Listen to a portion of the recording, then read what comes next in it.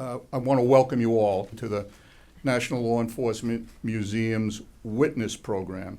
The series explores landmark events in American history by having the participants in those events speak. Tonight, we're going to look at the attack on the USS Cole, often thought of as a precursor to 9/11, a very significant event in and of itself, and certainly set the stage for what was to come later. I would just want to take a minute because the theme here is partly remembrance. And as Laurie said, I was a chief of counterterrorism at the FBI and a long time ago, in the mid-'80s into roughly 1990.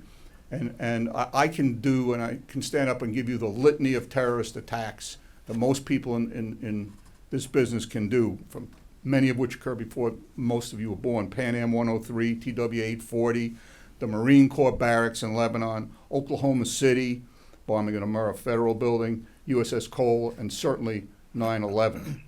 And we talk about those, they roll off my tongue as if, like reciting the days of the week or the months of the year.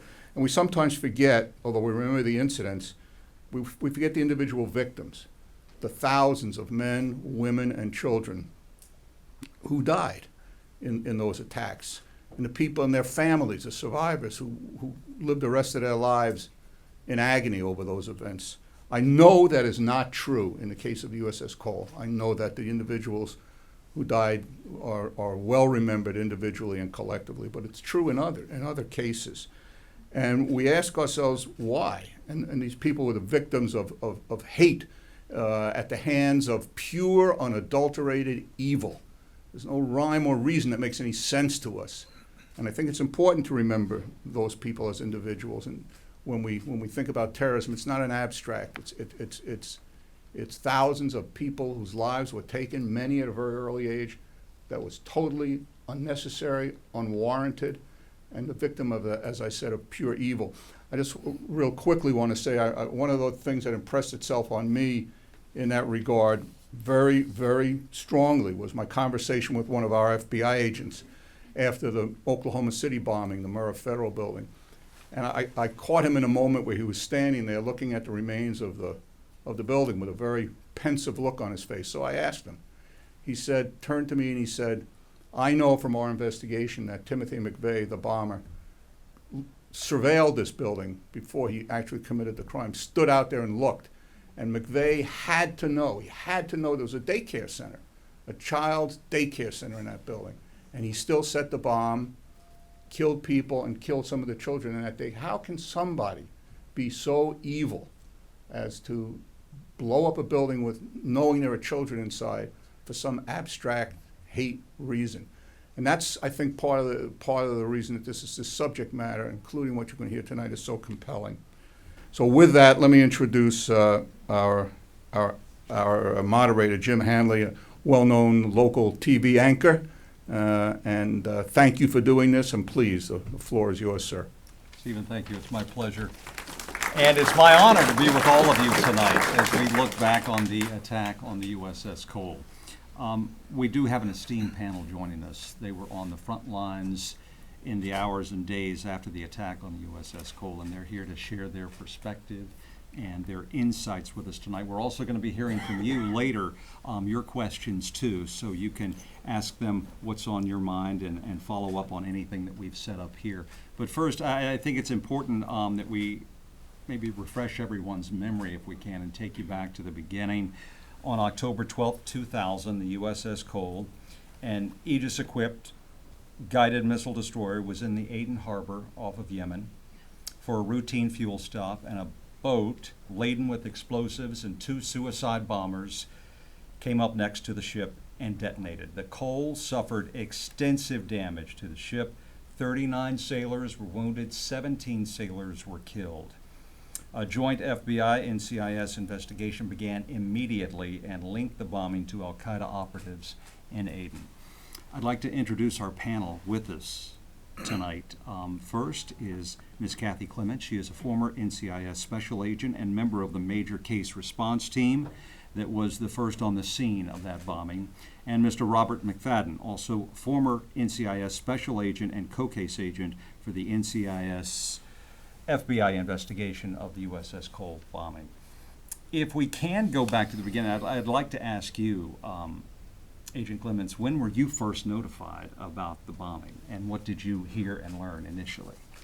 So if you go back, October 12th was a Thursday, and I was actually stationed in Naples, Italy at the time, and was doing criminal investigations at the time and major case response. So the first call I got was to come back to the office and told that there had been an explosion on the Cole, that it was hazy what the information was coming out. So people were saying that it was a refueling accident, that the fuel going into the ship had actually exploded in some way. And the initial photos we were seeing actually from CNN showed that that was not the case at all from the way that the damage looked. So that was my initial information. And then I was told to get ready, that myself and my co-team leader in Naples would then be flying within the next 24 hours to Aden, Yemen, to begin on the ship.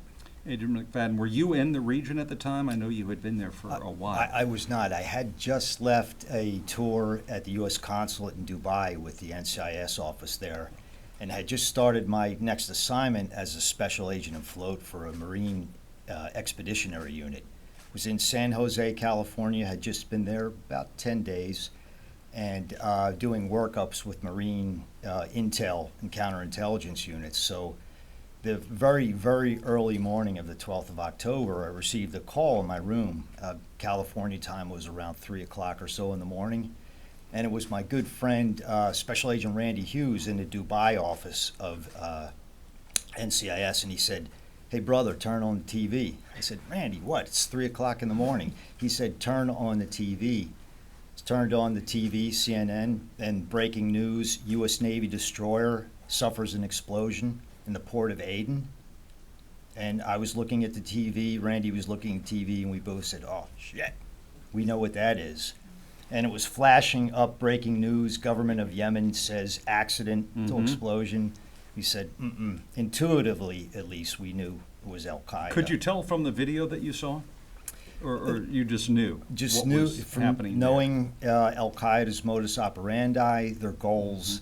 I mean, we didn't, beyond intuition, which, you know, an investigator, intuition is one thing, but the investigation, but we had that feeling and that instinct. So later that morning, I received a call from headquarters and said, "Get ready, stand by." In fact, my boss, at the time, Mark Fallon, in the audience, he said, "Pack up a bag for about 7 to 10 days, then head over to Yemen to meet the vanguard of the investigative unit, FBI, NCIS." It took me about 3 days to get there, and the 7 to 10 days turned into about 2.5 years. Wow. Wouldn't trade it for anything. How long did it take for the government of Yemen to acknowledge that this wasn't an accident? Because they were saying that for a few weeks, or for how long? It was the better part of a week. Yeah. Okay. I think somewhere on or about the 17th of October, Ali Abdullah Saleh, the president, and his administration said, yes, it was not. And even by that time, there was information coming from the government of Yemen, as well as all source intelligence that pointed to definitely not an accident. The former ambassador was supposed to be with us tonight, but could not make it. And one of the questions I wanted to ask her, but before the bombing or at the time of the bombing, what was our relationship as a country with Yemen? You would probably know that Yeah, better. well, from my assignment in Dubai and previously in Bahrain, I and some colleagues from that area spent quite a bit of time in Yemen, in and out, and don't want to go too deeply just for the sake of time and the history, but the rapprochement between the U.S. government and a unified Yemen in 2000 was really just getting underway and making some progress, especially as far as DOD engagement. And in fact, the brief stop for fuel with the refueling dolphin concept there in the port of Aden was a part of that engagement process, U.S. and Yemen. However, with that being said, though, and my and colleagues' force protection efforts and liaison work was very, very shallow, especially in the south where Aden was, because of the Civil War it had experienced up through the mid-'90s and into the late '90s. So it was a getting to know you kind of phase. I know Ambassador Bodine in State Department had made much more progress up north in the capital of Sana'a, but Jim, it might be useful too for a scene setter that's often forgot about in that era. I had been going in and out of Yemen since 1997 for force protection, liaison visits, counterintelligence work. And it was easy to get around there. The threat level was, moderate, let's say. There were more unknowns than knowns, but we know it was a permissive environment for quite a few various international terrorist groups. But when I arrived on the early morning of the 17th of October, what was going on in the background, if you recall, if you're a deep follower of the Middle East, Ariel Sharon, former Prime Minister of Israel, had just visited Temple Mount, and riots broke out as a result of that visit. So what's the important there? In a country like Yemen, there were massive street demonstrations going on. So when I arrived, I had never seen anything like that before. So this was all roiling in the background that turned the temperature up as far as the force protection situation, and again, that kind of danger element. Agent Clements, talk a little bit about your role with the response team, that case response team, if you would, and what you did initially. So it was my responsibility to work with the FBI and do body recovery off of the ship, as well as do post-blast recovery, any kind of evidence that would come from the ship. So once we hit the ground, with myself and another, my teammate, we had to marry up with the guys that were coming in from Bahrain. So as I was telling someone earlier today, NCIS, if you watch the show, our agency is truly nothing like the show, although it's very entertaining. But we are about 2,000 agents worldwide, and if you think about that, the FBI is, 5 or 6 times that big, if not larger. So our supervisors look at us as generalists. We're supposed to be able to walk into a scene and be able to do just about anything that is a felony crime regarding the Navy and the Marine Corps. So think of it like the Texas Rangers. It's one ranger, one fight. It's kind of one agent, one fight. There were 6 of us on the ground, and as myself and Don Thompson hit the tarmac, because Commander 6th Fleet allowed us to use his Learjet from Naples, Italy. We went direct into Aden. Literally, the pilot said, "Good luck," and turned right around and left us standing on the tarmac with our sea bag full of whatever gear we could put together and a duffel bag of personal gear. And we walked into what was probably not much bigger than this room as the terminal for the airport. And just as we get into the terminal, a C-130 lands, and it's the FBI with 300 people. Then the Marine Fast Team from Bahrain hits the ground, and they have long guns. They all have Jeeps. They come rolling off, and I'd say Aden thought they were being invaded by Americans at that point, so it was a stand down. We got in that Friday morning, roughly 10 or 11 o'clock. We didn't leave the airport until 10 or 11 at night, and then the Yemenis wanted us to convoy so that they could control where the Americans were having access. So as a convoy, we left the airport all the way around the bay, dropped the Marines where would be considered like a beachhead that controlled access to the Cole, and then we all file in again and go to the Movenpick Hotel, which was the hotel where all the American agencies were staying. So that was at about 1 o'clock in the morning was probably our first meeting. From there, we quickly met, got up the next morning, 7 in the morning. Now we're trying to divide out. And I probably didn't see Bob other than morning meetings and evening meetings with our on-scene commander, which was Mike Dorsey. And all of us kind of formalized our information, figured out where we were going next, and then pushed forward. So myself and 3 other NIST agents, Don Thompson, Harry Richardson, and Mike Marks, who was a post-blast expert, went out to the ship with a team of about 15 FBI agents. And we convoyed with Yemenis, taking us back around the bay to go through numerous checkpoints, and then to finally the fast team checkpoint, and that's where we would be inside an American circle and access to the ship. What was your first impression? I want to ask you both when you saw the ship in person, and I want to get into evidence collection and how difficult that was. But your thoughts initially when you laid eyes on it. Did you get to the ship? I did. Yeah. My answer would be much shorter. Go ahead. A few visits to the ship, and Kathy is she's rugged and a warrior and very modest about this. But I'll say that the conditions were extraordinarily difficult. I mean, it was very emotional and gripping to see the ship that way, first of all. But even in October in Yemen, in the south of Yemen, in Aden, average temperatures somewhere between 95 and 105 Fahrenheit with really high humidity, Right. 70 to 90%. So just the sights, the sounds, the odors, the hazards were just incredible. But if you need anything to make you any more patriotic, to see the working relationship with the NCIS, the FBI forensic team, the crew was just absolutely incredible. Right. So the first day I get to the ship, we can't gain access to it. We needed a Yemeni boat to get us out to the ship, where it was in the middle of the harbor. So there's a lot of diplomatic things going on behind the scenes that I don't have a clue.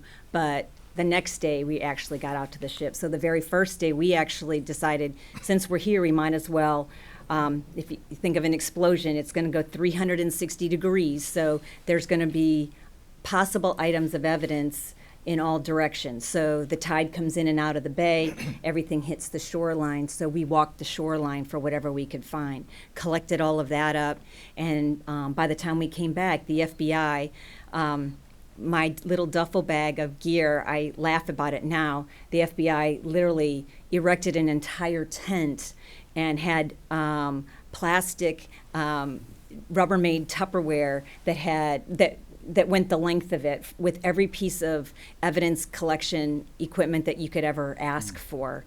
And so we had that to be able to start processing what we found. When we were finally able to get on the ship, the second day, it was to go in a Yemeni garbage scow, basically, out to the ship. So you didn't want to touch anything because it's what they collected their garbage in. You get onto a cement structure in the middle of the bay, which was a refueling structure. And from there, we took the ladder up to the ship. The ship, depending on if the generator, the only generator that was working on the ship to keep the bilges empty and keep the ship righted. If it wasn't, it would be listing about 60 degrees off the Dolphin and made it a little bit more difficult to get on board. Anybody that's been around the military knows ships are loud. There's always a lot of things going on. People are always talking. There's always radios, depending on who's doing what, and what music. Complete silence. Very somber moment. And if you haven't been around the military, just if you can encapsulate in any one ship, this is their home. They deploy for 6 months. This is where they have a barbershop, they eat their meals, they sleep, they work. So now we're walking into someone's home in which, as an investigator, it makes it that much more difficult because you would prefer that in any kind of, especially a death investigation, that the family members weren't present when you had to do your job. And so there was a lot of caution and a lot of reverence given to our desire to keep that crew engaged but removed from the investigation all at the same time. I'm curious, all the crew stayed on the Cole, and how many roughly are we talking about? So there's roughly 50 that I think that were taken off, injured, and dead, and there's a crew of roughly 350 on an Arleigh Burke destroyer. So you had to work with all of them around you. Yes. Yes. And did they provide any insights, or right? It came out of nowhere? Right. So early on, there, like I said, there were 4 of us and the FBI agents, so we divided into teams. Mike Marks was doing post-blast, so his main job was on the decks of the ship. I was doing body recovery, so I was actually down inside the ship, finding the people that had been pinned into the ship through the explosion. And then we had 2 other people doing interviews of the crew to determine what they saw, where they were, if they had sustained injuries. A lot of them assisted with the removal of victims of their crewmates when they would take them out to the hospitals in Germany and then to the United States. You know, I can remember hearing back that it's tantamount to like a truck bomb that we saw at Khobar Towers, Beirut 2. Talk about the sophistication and the power of these explosives and the extent of the damage that it did. So the extent of the damage, from the photos, especially that photo, you're getting maybe half of the damage that was done. The damage went all the way to the keel and into midship, if that helps anybody. So the midline of the ship, that damage actually pushes all the way into the midline of that ship and then down all the way to the bottom, right along the keel, and it buckles the keel. So the main deck is what you see. Deck down is their mess decks, which is where everybody ate. That's where a lot of our victims were. But then there were, and excuse me, that's not exactly true. So as we divided up our responsibilities, there were a lot of people that came in, not just NCIS and not just FBI. So I'll take a step back.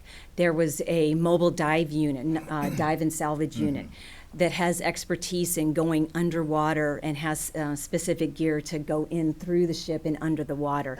They were then responsible for locating victims under the water line, and then we handled the victims that were actually what we would consider in the drier areas of the ship. So we were dealing with both. So there are engine compartments underneath the mess decks in which the deck plating just buckled up this way and then buckled down. So think 360 degrees. Everything is just kind of moving out like a ball and bending steel. Robert, talk about the investigation from your perspective, and how long did it take for a link to be made to al-Qaeda?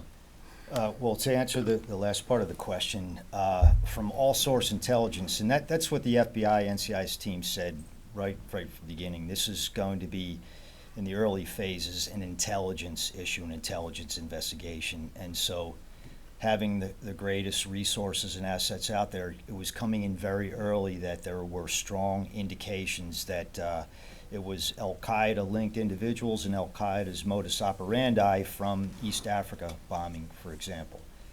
So that very early on developed, but that by itself, though, of course, is just the beginning to, provide a vector for us from the things we were going to do. So on the morning of the 17th, not too long, coincidentally, after I arrived in the command post, Kathy had mentioned the NCIS senior Special Agent Mike Dorsey and the NCIS senior, the late great John O'Neill, had a briefing very early that morning because behind the scenes, Ambassador Bodine's State Department were busy negotiating with Yemeni Foreign Ministry, Interior Ministry, as well as their intelligence service, to be able to take the investigative team, the U.S. investigative team, out to the sites that were known at that point. And there were 4 sites, if I'm on track, Jim, for what we're talking about here from the land part of the investigation. We went out in a massive convoy that morning, and we had the FBI HRT team, the hostage response team, which I'm very thankful they were there, because again, many great unknowns there, and with all their equipment. So we went out to the first of 4 sites, which the first one was where apparently they had done most of the work and the fabrication on the boat that was used for the bombing. We had teams divided up that would do the forensic examination plus other leads at each site. I and a partner from the JTTF and the FBI New York, who was an NYP detective, New York police detective, who worked extensively in the East Africa bombings, al-Qaeda, Nairobi, and Tanzania in August of 1998. He and I were the co-team captain leads for the next site, which was actually what we called the safe house. This is where the two suicide bombers, and I'm going a little bit forward in the narrative because we knew this later, but it was strongly suspected at that time. That was the point where they actually worked on the boat before the launch, a little bit more fabrication. They had a big tank to work on the outboard motor, and that was the actual location, because we had actually good fortune to have an eyewitness, an itinerant laborer working on the roof of the house next door that we had access to, that described how the two suicide bombers very gently drove the SUV and trailer with the boat, made a left turn, swung around the neighborhood, and then stopped by a speed bump. Passenger got out to look. Why? Because they had several hundred kilograms of high explosives in that boat, and then he could see make its way to the port. So another team, NCIS, FBI, JTTF New York, as well as the JTTF in Washington, D.C., the Washington field office, went to the next site, which was the actual boat launch location. And then the fourth site that morning that started the forensic examination was the lookout location, which the al-Qaeda cell that pulled this off certainly did their casing and their homework, because it had a perfect vantage point from the living room window of an apartment that was elevated, that had a direct line of sight to where the Cole was in Tawahi Harbor. I want to talk a little bit more about some significant interviews that you did throughout this in the investigation, but while we're on evidence, Kathy, can you touch on what you gleaned from some of the evidence collected? Was that a tedious process? You talk about bins and tents and everything kind of spread out.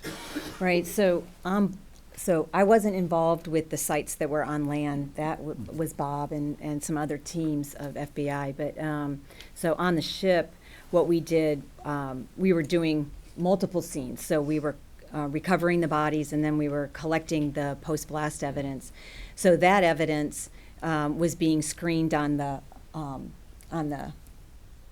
why is that completely out of my head? Deck. The front deck of the ship. I'm like, It's a long time ago. it is. Laid out. It Just was. laid out right So there. we had 19 sifting years. tables that we would collect. So so early on, the captain knew, and we engaged with him very early on how to incorporate his people back into their own ship, how to get them involved in what was going on.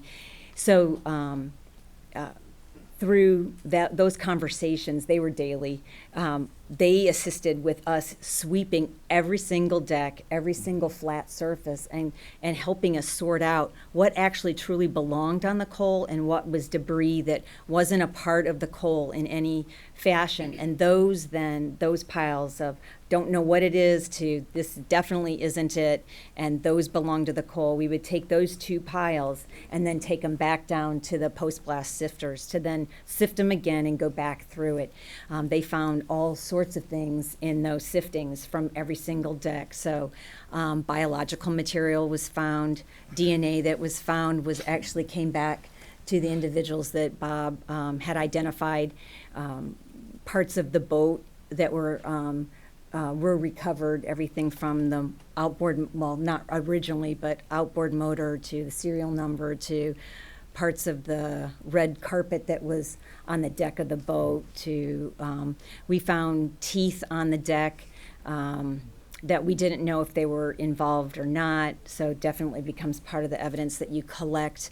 I just have to say this. We could not have done our job, though, if the master at arms that was on that deck, is on that boat, didn't convince the captain not to do any kind of cleanup of the scene. So he was instrumental. He was a first class. His last name was Crow.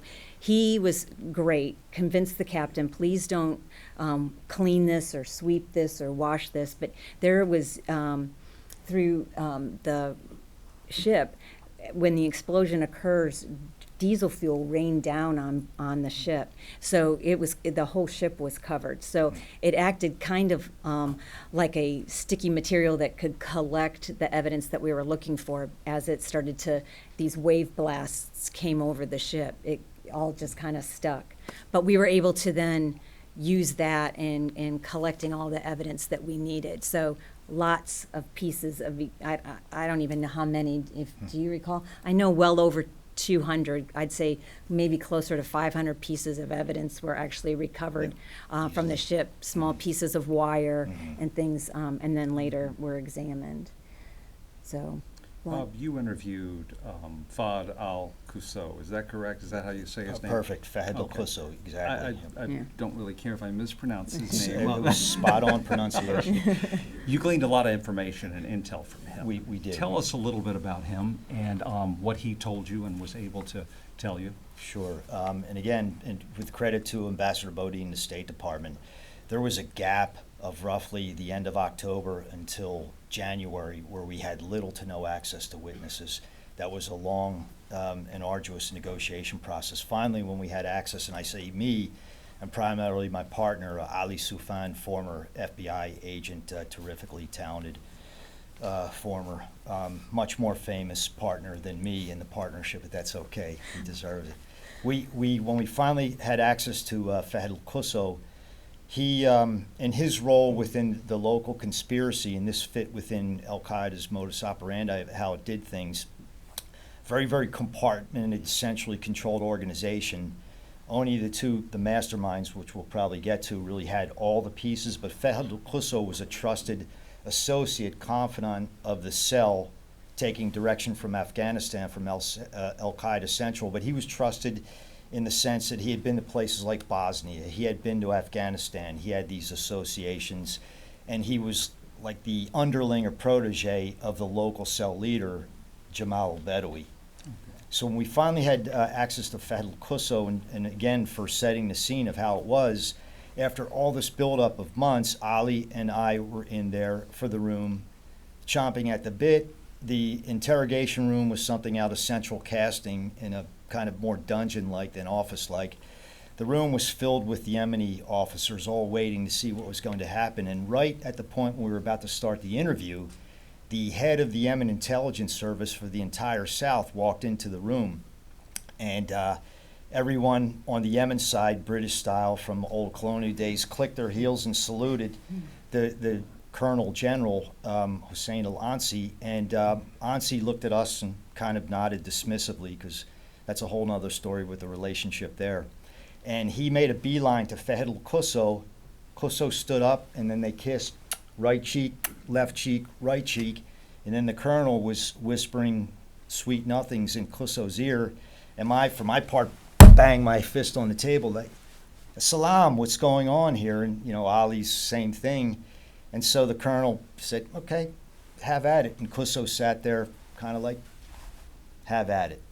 And that was the start of the interview, okay?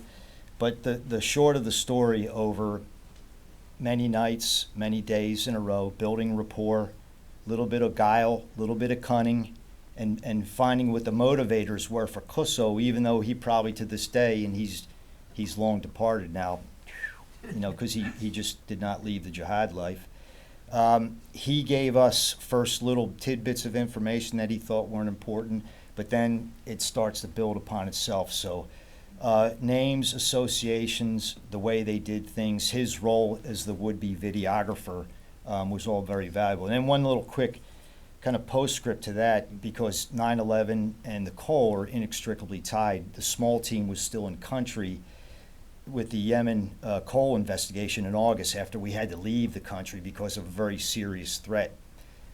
When 9/11 happened, the team was even much smaller because of the threat, but our first order of business from headquarters, FBI and NCIS, was get Fahd by any means necessary. That was actually said, by any means necessary. First time I'd ever. So we were able to, through liaison, have him flown up from Aden, Sana'a, to Sana'a, and we had access to him very early morning of the 13th of September. And Qusseau had no idea why I and Ali were there. He wasn't really all that happy to see us, but he actually gave us the first known actual al-Qaeda member identification of 2 of the 9/11 hijackers that morning. Wow, that soon after. Mm-hmm. Yes, sir.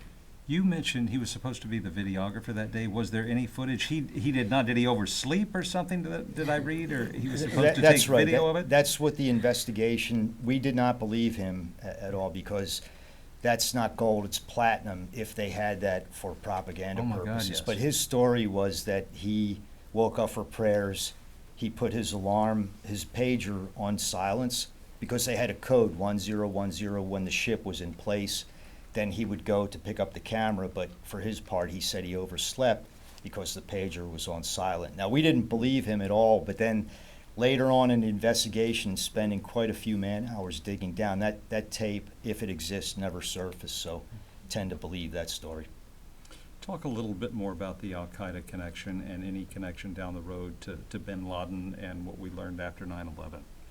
Well, as I mentioned, with the JTTF in New York and other FBI colleagues who had intimate knowledge of how East Africa was pulled off, right from the beginning, they were noticing the same type of traits, details. The house that was rented, for example, the safe house, kind of equivalent to Yemen-style Levitt townhome. They said East Africa was exactly the same in both two locations. So that kind of tactics, techniques, and procedures combined with all-source intelligence, it very early on showed that there was a definitive link to al-Qaeda with this operation. Some of the same people that were involved in East Africa were involved in the Cole.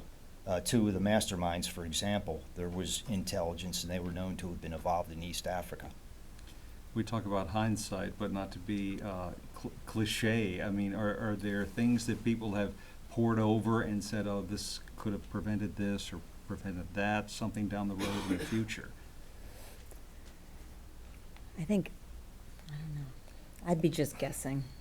I mean, I the would short say, answer yeah. to that, it was really a valid question, is Yeah. yes.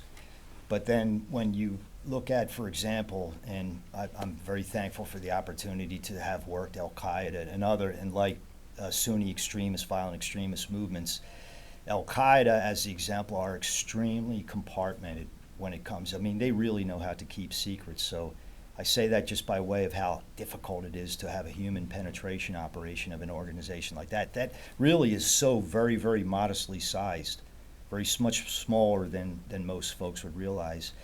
I mean, it would be great to hear Ambassador Bodin's perspective, but the geopolitical events, the zeitgeist at the time, that was the optimal place for a brief stop for fuel for ships going into the Arabian and Persian Gulfs. That was a national command decision, CENTCOM decision. The big however was our organization and others in the intelligence community, including the CIA, pointed to there were many more unknowns about the security posture than knowns. So that's the part where, out of a great tragedy like that, many lessons learned have been derived, and it changed policy, for example, on force protection posture. It changed policy on information sharing amongst law enforcement and intelligence agencies.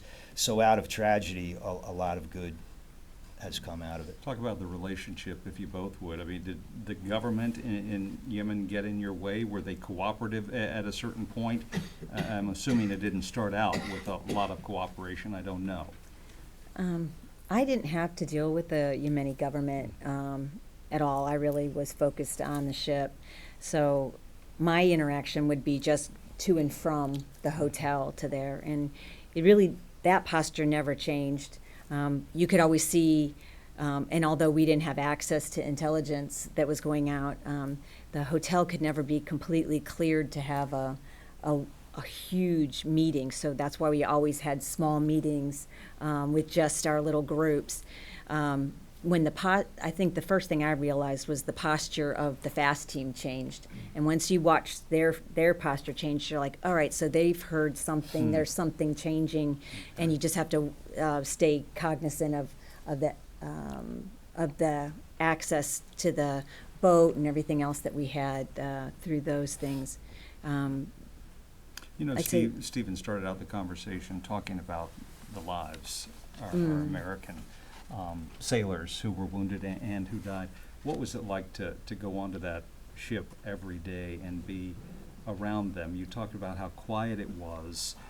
Did things ever change? That was were you on timeline? Were you on there weeks or how long? So they're from about the 13th through, I think I was there about 2 weeks. I don't know exactly, but at some point we became the target, and that's when we got up and left. That's a But great point. It was a very tight timeline. yeah, so The ship was in peril.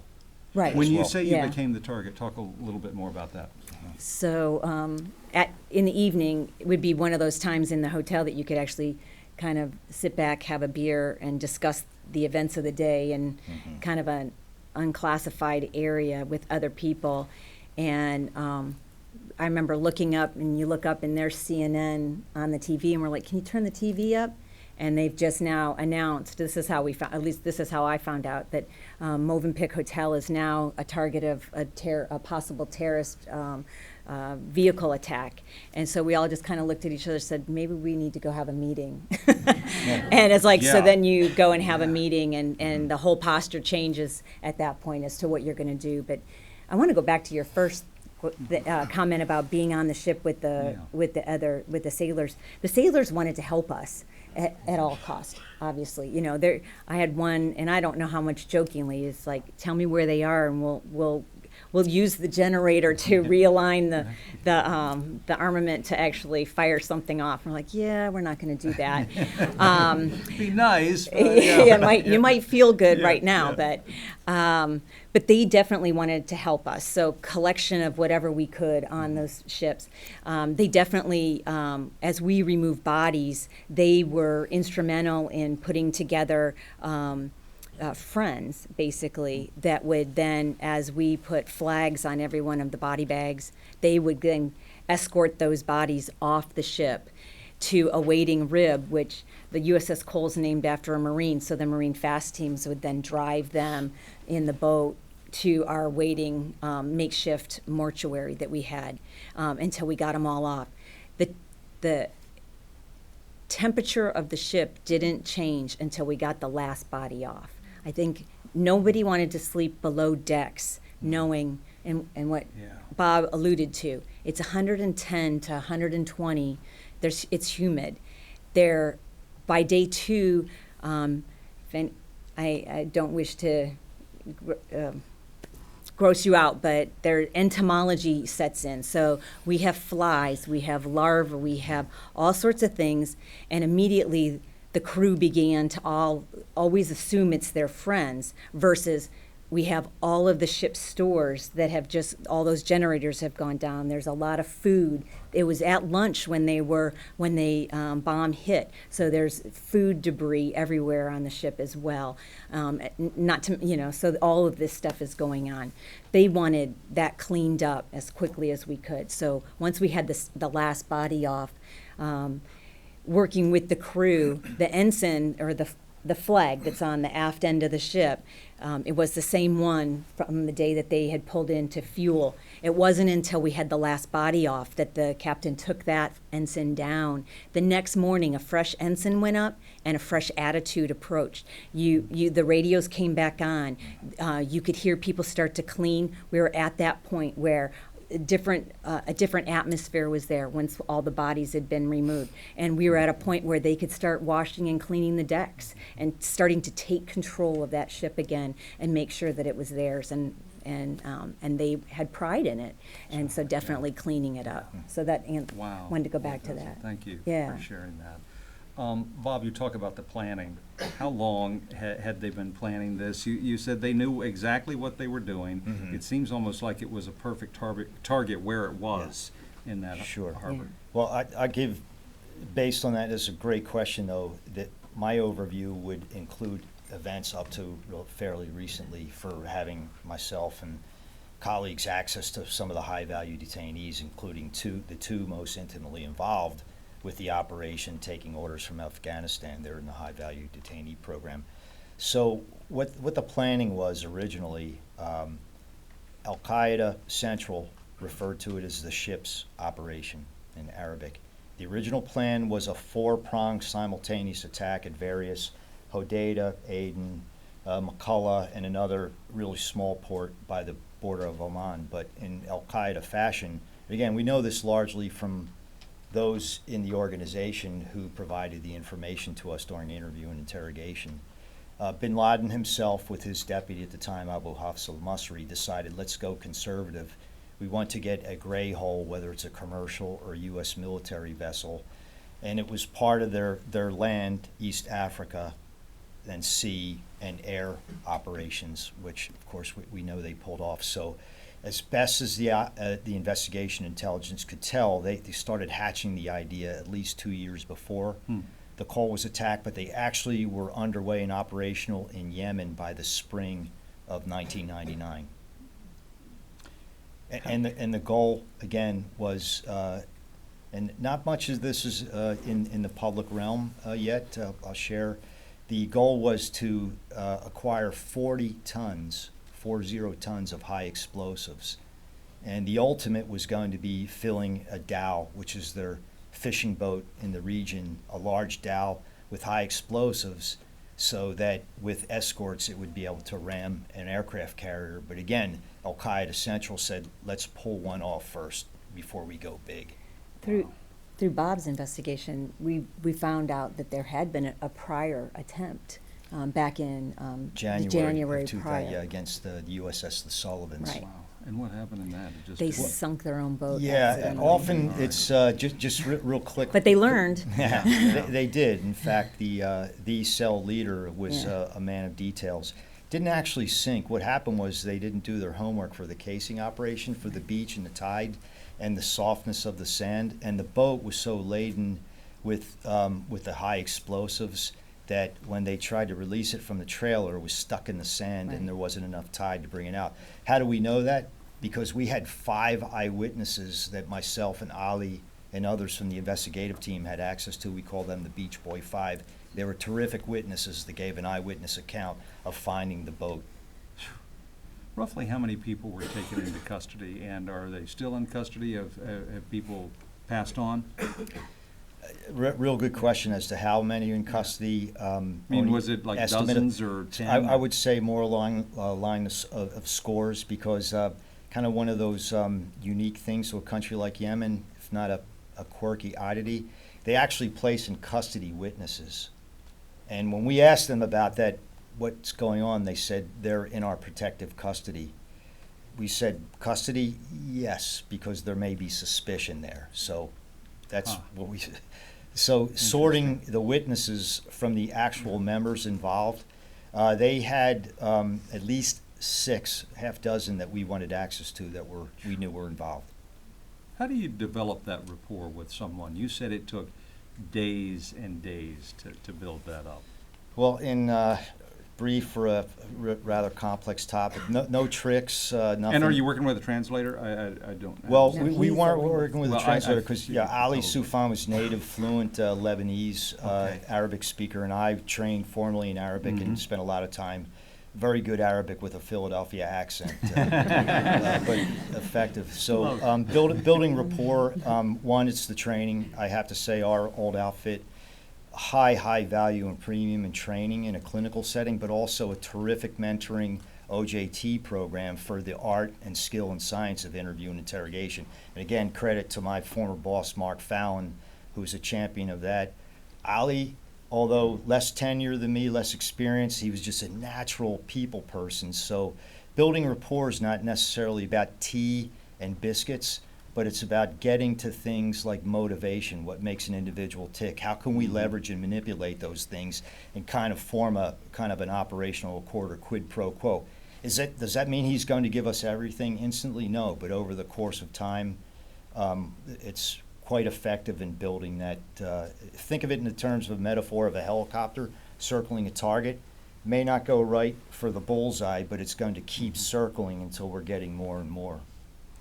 Talk, Kathy, if you would, about this is a massive team and different agencies working together, and how I guess that's the priority. I hear you guys mention names of colleagues and people under you or superiors too. It's a humbling thing, the way you talk about it. Everybody's working together. You're not working Definitely. independently. Oh, no. Talk about it as, you know, laymen out there, we may not understand how you all come together and work together. So Wow, okay. So from, just think myopically of just the ship, there is one team working the decks, one team working to recover bodies that are considered in the drier areas, one team that's in the water. We had a grid search out into the bay with FBI and special forces. And literally, as people are coming together and telling each other what they find, it's more of it's very collaborative. And then definitely, we all were very curious of what he was finding out separately from what we were collecting. And really, our job is just is just that stuff that's left. He was getting the stuff we're like, well, who did you find today, or where are you going today, and being able to then connect all the dots and hear it. Egos aside, there's no room for that in a situation like this. We all, you're there for the ship, and I think we all felt that. Definitely, you rally around, your friends when they get injured. So we all rally, and you all do what you have to do. It doesn't matter how long those days are, and how long or how quickly you're in and out of a location. You do what you've got to do to make it work. And I don't think we didn't have any problems on our teams. No. So Bob, Kathy mentioned Yeah. about connecting the dots. Yeah. Do you remember, was there a moment when it's like, this is it, it's coming together, and the world will soon know what we're finding? I'm sure you had to Yeah. sit on a lot for a long period of time. That's right, but I mean, to Kathy's great points, though, it really is a massive team effort, and this type of situation was unprecedented, certainly for the Yemenis, but it was for the United States government Yeah. and federal law enforcement, DoD, and intelligence community. So the response was just, as you can gather, I mean, we're talking about FBI, NCIS, but you also had ATF, you had Diplomatic Security Service, you had worldwide leads coming in from various agencies, so it takes a team. Now, I know for myself, never having been involved in anything that remotely of that size, I was really wondering, how are we going to put this together? But like Kathy said, there were teams of experts and subject matter experts fusing information, gathering intelligence, feeding into the briefs that we had every day and the debriefs, and putting that together. Within a few days of the Cole attack, there was a massive whiteboard with photographs that were acquired from various means as to who was who and who was involved and what we were working on. So the Eureka Moment, as far as al-Qaeda, again, setting aside my bias for the thinking and knowing it was from the beginning, not long after I arrived, there was compelling evidence and agreement, consensus, NCIS, FBI, CIA, and others at the national level of intelligence that that there was the al-Qaeda link. Now, I know geopolitically there was frustration from the team.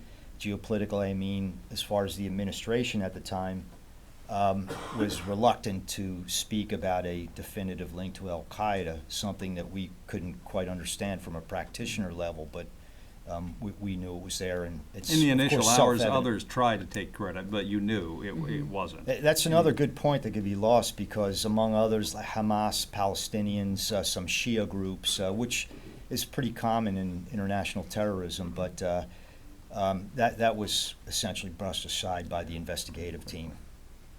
I want to open it up. We've got 2 microphones on either side, and please step up if you have a question for our special agent, special guests. Anything that we haven't touched on. But you do have to go to the mic, please, if you would. Well, since I was close, All right. there's a 800-pound elephant in this room, so I'm gonna front it, okay? The ambassador's not here. I might phrase this question. You know where I'm going. I might phrase this question a little bit more delicately, and anybody who has read about this, or who has seen the movie, or read the book, one of the major. Let me back off a minute and say that I was retired by the time this took place, but I was involved early on. From in about the mid-1980s, there was a law passed that gave us jurisdiction abroad, federal law enforcement, to go abroad and conduct criminal investigations involving terrorism. That was a new thing for us. And The Cole was one of the, it was 15 years later that that the Cole incident. But I found pretty quickly that success or failure was 90% the cooperation you got from the locals in the country that you went to, how much access they gave you, how much cooperation you got, how much. There were certain countries that spin you around like a $2 top with a pretense of cooperation. So that's the one thing. And the second thing was the State Department, how much latitude they gave you to operate. In the case of the Cole, and you mentioned our mutual colleague and my good friend John O'Neill, who was the FBI agent in charge, who passed away on 9/11. He retired, and a month later he'd taken a job as chief of security at the Twin Towers, and he died, one of the heroes of that, going back into that tower to help law enforcement. So I have special, and if you've done any more than superficial, you know about his dealings with the ambassador, who is not here, I recognize. It is the elephant in the room, so I ask you to say what you will about that, how that impacted on your investigation. Please. Well, Stephen, I know that remains a topic of great interest, and a lot was written about it. I was privy to some of the conversations and some of the churn, if you will, which I would say from a large aspect, it was an extremely stressful situation. Okay. There was also the foreign aspect, in the sense that I and a few of my colleagues from NCIS, we spent quite a bit of time in Yemen, but I don't know if there was a single member of the FBI team that would have been to Yemen. I mean, only because it was not part of the mission, okay? So knowing the protocols of the State Department or not knowing them was, created a natural tension. Now, to the more important part of it, did it impact the investigation? From my perspective, it did not. I mean, we were kind of very, very surprised that the great John O'Neill was not allowed back in country. His country clearance was denied after he left, and the investigative team was back after we evacuated due to the threat. And who made that call? Was that the ambassador? Yeah, in any country, that's the Yeah. ambassador's Right. call for diplomatic clearance for government personnel. Now, again, we would have wished it could have gone differently as far as the dynamic of the relationship, but I don't think it had any negative impact ultimately on the investigation. But to your point, though, about liaison with the host nation, having spent a large part of my career in the overseas environment, particularly in the Near and Middle East, you're absolutely right about how important that is, whether the host nation is cooperative or not. The short of it is, Yemen was just about anything but cooperative. Although Ambassador Bodine and team were working very hard at the SOG to government level, but we, for our part, John O'Neill on down, myself, Ali, others, were working the personal relationship at the ground level. And that was very important for getting those things done. Where big government of Yemen may say, no, cannot. But at the local and the ground level, we were making progress, acquiring intelligence from these liaison contacts, but also getting concessions minor enough that it wouldn't rise to the level of their top leadership. So that was a really important part of moving the investigation forward. And as Ambassador Bodine said in a few interviews, I think she summed it up as the relationship was quite complex.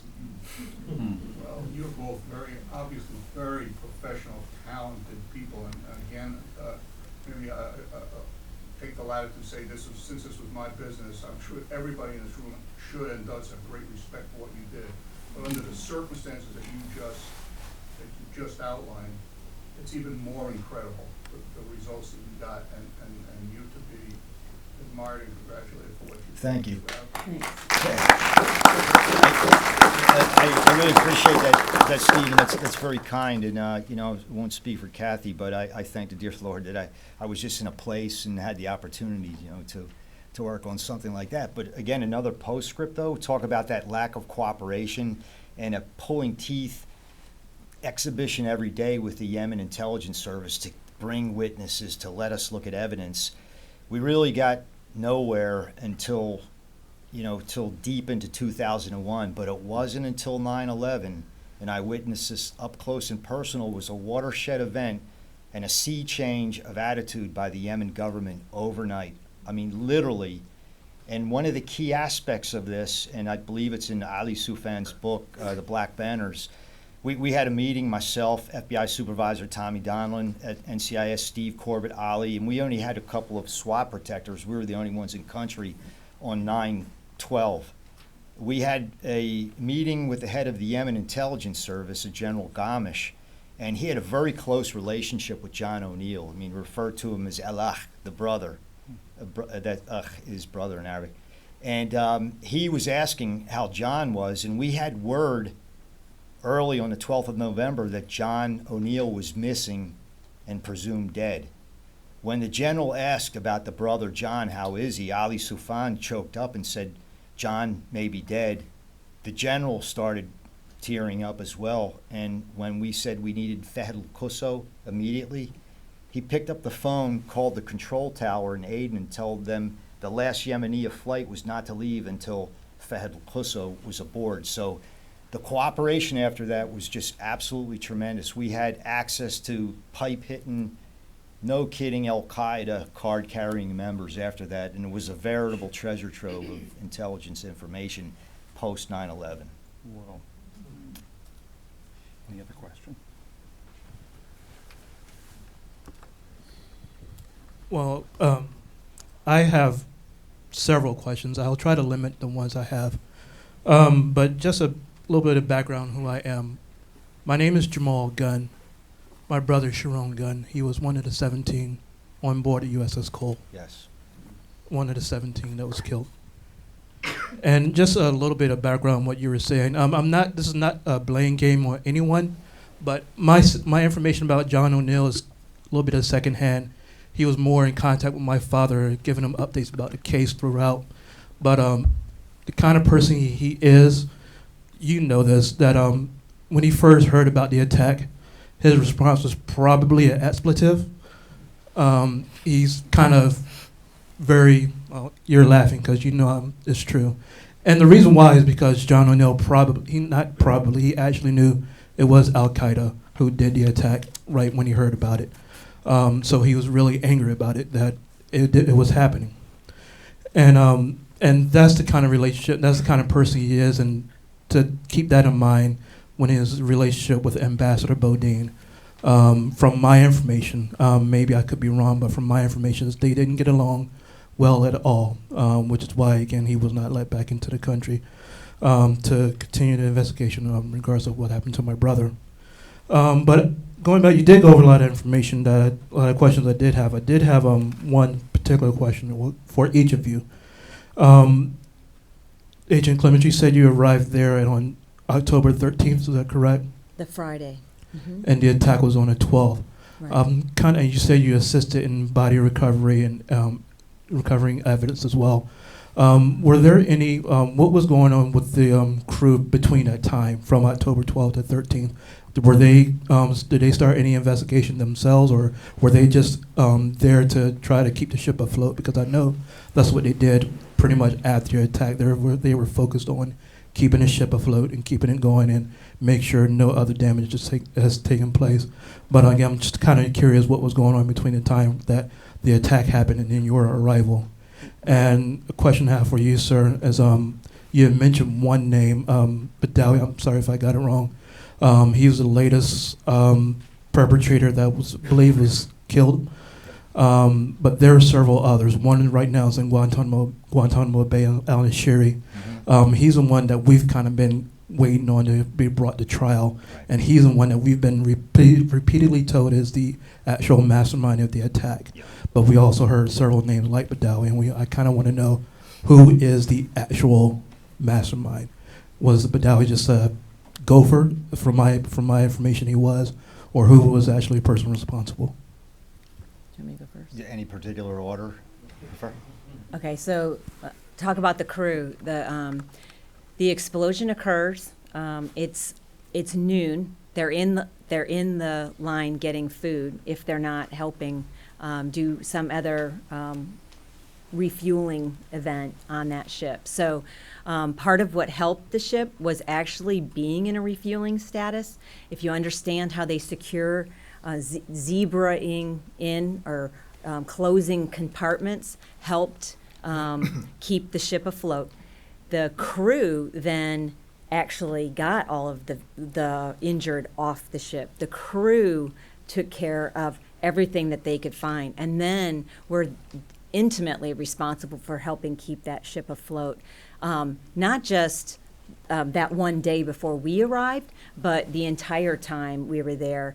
2 or 3 times the generator would go down, and we would all, like mice, come up onto the main decks and wonder what the next movement would be. And the crew and the captain then would figure out what the problem was, get the generators going. So they did a lot to keep that ship afloat, period. You can't underestimate the work that they did at all.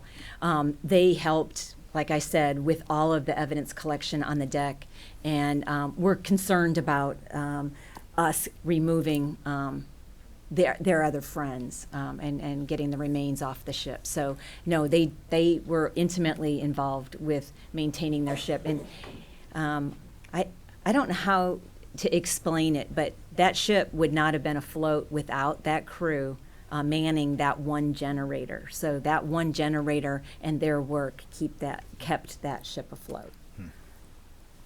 Okay, yeah, and Mr. Gunn, for your question about who was the mastermind, and first let me say, you know, we mourn your brother and all his shipmates. Yeah. God rest his soul.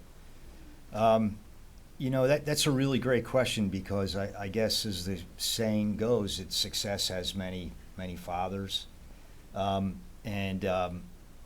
It's mostly loose press reporting, but the mastermind, if there was a mastermind, think of it in terms like the military structure, the operational element. That's where it was hatched at al-Qaeda Core Central in Afghanistan, between bin Laden himself, his main deputy, Abu Hafs al-Masri, who was taken out in an airstrike not too long after 9/11 in Afghanistan. But then, if there is a local or operational cell mastermind and leader, that's absolutely, without doubt, Abdurrahim Nashri, who is in Guantanamo right now. He was the co-lead with another al-Qaeda detainee who's part of the 9/11 5, but was also very much involved in the lead up to the ship's operations, as they called it. His name is Walid bin Attash.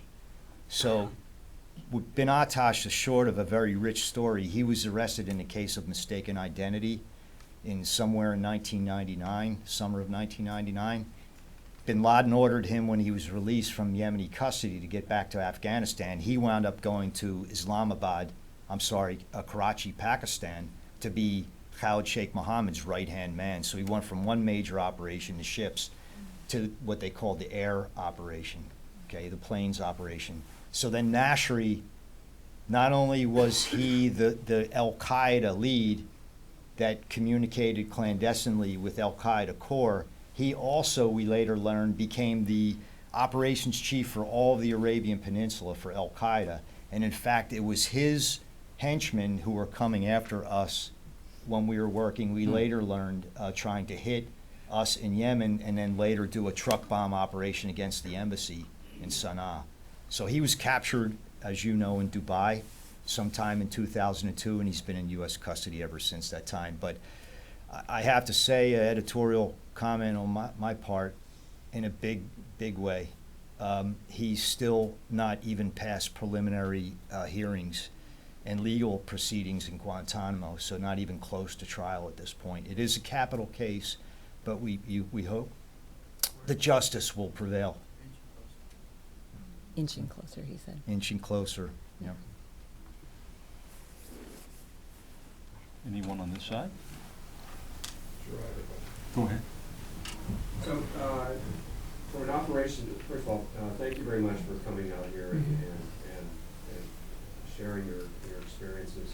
For an operation like that, when you essentially are acting on behalf of the United States, what's the reach in terms of the kind of the guidance and the kind of the communications that you're getting when you're forward deployed like that, in terms of, hey, are you thinking about this? How much, kind of micromanagement are you getting from, back stateside, where it comes to kind of being able to focus on your operation and actually being head down and getting the stuff done, versus having to obviously you have someone that's gonna be acting as an intermediary back there, but I'm just curious as how much outreach or how much kind of reach back there was coming to you all when you were over there. Yeah. Do you want to have anything? I was just going to say, I didn't feel it at all. We had one supervisor on the ground. He filtered everything for us. We were completely focused on our mission with no interference. Always, obviously, information being fed back to Washington, D.C. and our headquarters at the time and the FBI, but never felt that we were getting micromanaged at all. I think the event was so unique at the time that it was not something that anybody thought would have happened. So with all of the moving parts, I think they were very thankful for all the information we were pushing out, and it was a great deal of information, especially from Bob's end. But definitely, we had a lot that we were pushing out as well. And that's a really important question because as you would probably get the sense and paint the story and the narrative that there's a tremendous amount of pressure on the field element. In the lexicon of the intelligence community and law enforcement, the requirements are just flooding in. Right. But here's the big, very important part of this. First of all, it was an exceptional relationship between NCIS and FBI, from top leadership down to the special agents working the case in the field on the Right. ground. Two, the FBI had already established the protocols with the SIOC, so that was up and running, kind of the central brain node back at FBI headquarters, tied in with NCIS headquarters and the National Security Council. But then also, too, and from my perspective, the single biggest and most important ingredient, we were blessed to have tremendous leadership that acted as a filter and a blocking back to make sure that we weren't feeling that professional and otherwise pressure to stay focused on the job. Working, I mean, we tried to sleep as little as we possibly could because there was just so much to be done. But we never planned for, trained for, or experienced a situation like, large responses to terrorism events like East Africa, as I mentioned, Khobar Towers, but not with the circumstances as occurred with the USS Cole attack. So again, from my perspective, it probably couldn't have worked better. We just had tremendous leadership the entire time. Yeah. Go ahead. Just as backing a little bit up, actually, preceding this thing was, I know firsthand the job you guys did was a fantastic job. Yeah, thank you. We know that you addressed a little bit about the questionable threat assessments that were submitted out to the Navy. Right. If you could elaborate on that leading up to this event. Yemen was not the typical port for our sailors and ships to pull into. It certainly wasn't a liberty port. And when we look at places like Naples and Rhoda and those types of things, the work that was done in the threat assessments where we put out the information about, we're concerned about this area, yet they obviously put in a lot of great detail in their planning.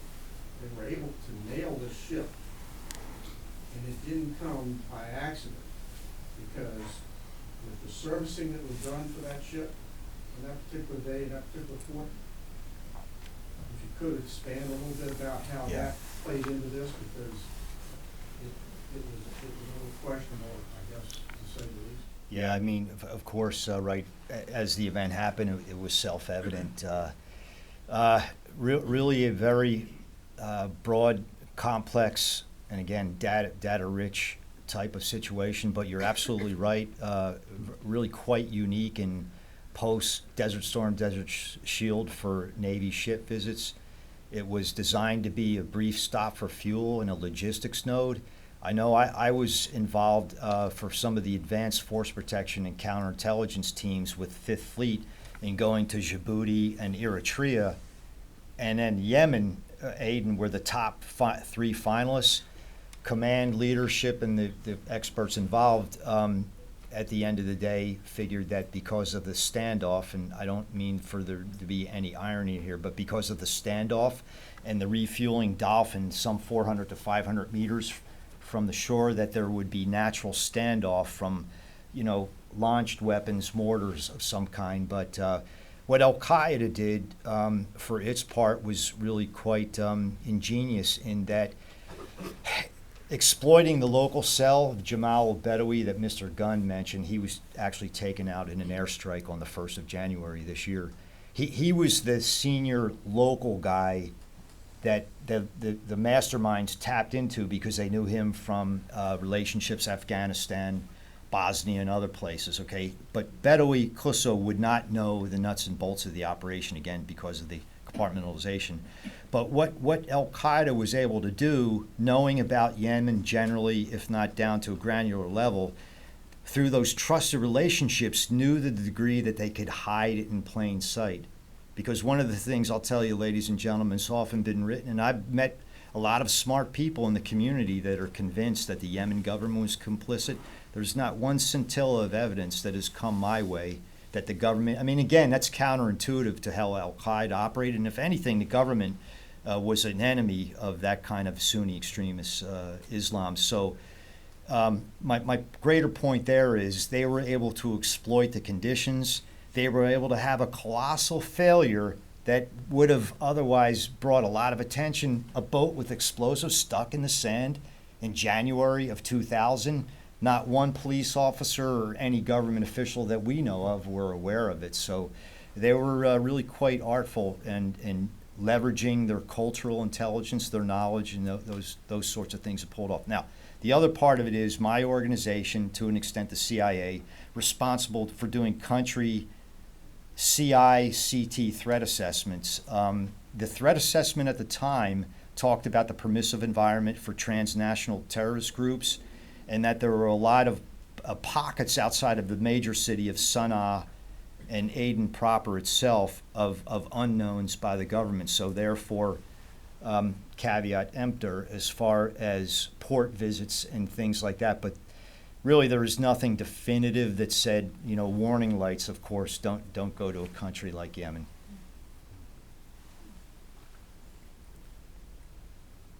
Anyone else have a question? Well, I'd like to thank you both for a fascinating discussion.